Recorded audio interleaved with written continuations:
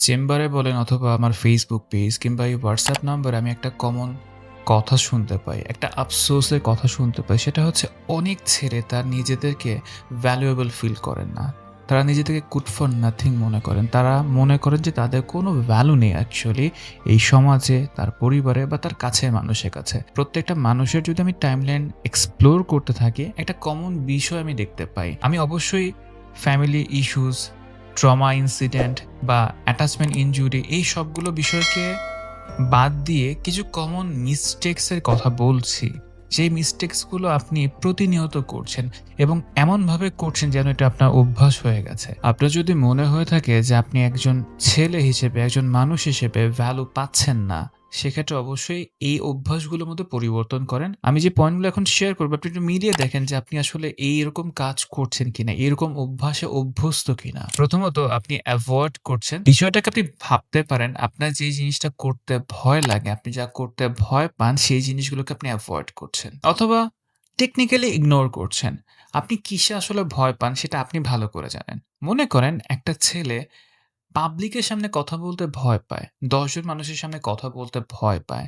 And সে যদি প্রতিদিন এই অভ্যাসটা গড়ে ফেলে যে আমি মানুষের সাথে কথা বলব না, ধীরে, ধীরে তার মধ্যে কথা বলার যে একটা আর্ট, কথা বলার যে একটা যোগ্যতা সেটা হারিয়ে ফেলবে এবং সে গুটিয়ে নেবে নিজেকে। তার কথা বলতে গেলে অনেক ভয় লাগবে। একটা মানুষের মধ্যে অনেক উইকনেস থাকতে পারে। কিন্তু যখন একটা মানুষ তার উইকনেস গুলোকে এড়িয়ে যায়, দেখতে চায় না, পালিয়ে যায়, দেন সে ধীরে, ধীরে লেস কনফিডেন্ট ফিল করা শুরু করে এবং তার নিজের কাছে নিজেকে ভ্যালুলেস মনে হয় অ্যান্ড একটা সময় পর সোসাইটি, ফ্যামিলি তাকে ভ্যালুলেস মনে করতে থাকে। নাম্বার 2, ২০২৬ সালে এসে মেক্সিমাম মানুষ তাদের ডোপামিন সিক্রেশনের লেভেলটা ওভারলোডেড করে রাখে। মানেটা হলো সে সারাটাক্ষণ রিলসে ডুবে থাকছে, সারাটাক্ষণ কিছু না কিছু লাগবে। আপনি কিছুটা সময় চুপচাপ বসে থাকতে পারছেন না। আপনার হাতে অলওয়েজ একটা ফোন থাকছে এবং আপনি ফর নো রিজন স্ক্রল করছেন। আপনি একটার পর একটা রিলস দেখছেন বা রিলস না দেখলেও আপনি গেমস খেলছেন।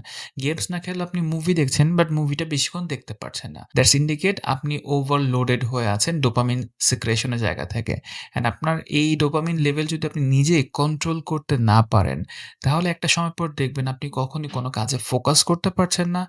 আপনার কষ্ট করার যে টেনডেন্সি, হার্ড ওয়ার্ক করার যে টেনডেন্সি এটা ধীরে, ধীরে কমতে শুরু করবে। অ্যান্ড এর ফলে আপনি কোনো কাজ করবেন না।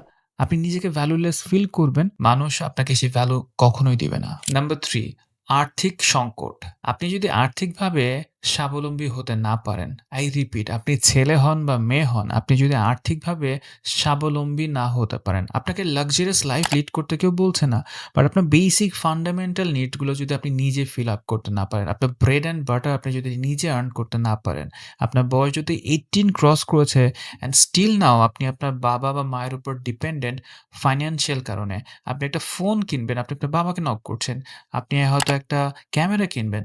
আপনি আপনার মাকে বলছেন যে, "প্লিজ আমাকে একটা ক্যামেরা কিনে দিতে হবে।" আপনি বায়না ধরছেন। দেখেন, আপনি স্টিল নাও চাইল্ডহুডেই রয়ে গেছেন। আপনার ভেতরে চাইল্ড অ্যাক্টিভ আছে। আপনি এখনো অ্যাডাল্টহুড এ আসেননি। আপনি টিনেজ হয়ে প্রেম করতে পারেন, টিনেজ হয়ে ডেট করতে পারেন।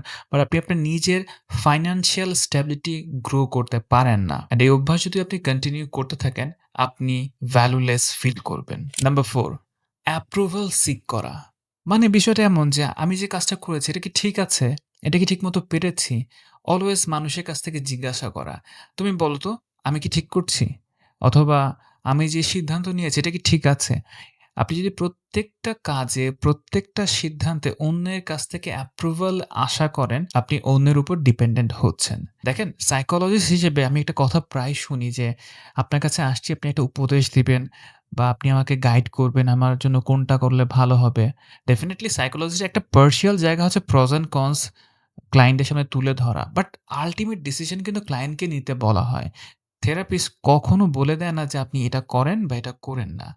প্রস অ্যান্ড কনস থাকবে, আপনি ডিসাইড করবেন। আপনি যখন এই অভ্যাসটা গ্রো করবেন যে যাই করি না কেন কারো না কারো একটা অ্যাপ্রুভাল প্রয়োজন। তো আপনি যখন এই অভ্যাসটা গড়ে তুলবেন যে আপনার প্রত্যেকটা কাজের ক্ষেত্রে কারো না কারো অ্যাপ্রুভাল প্রয়োজন, আপনি ধীরে, ধীরে নিজেকে ভ্যালুলেস ফিল করবেন। আপনার জেস্চার, আপনার পশ্চার সব জায়গায় দেখবেন যে আপনি অন্যের কথার ভ্যালিডেশন খুঁজছেন, অন্যের ওপিনিয়ন বারবার নিচ্ছেন। অ্যান্ড আপনার নিজে থেকে কোনো ডিসিশন মেক করার ক্যাপাবিলিটি আস্তে, আস্তে কমে যাচ্ছে।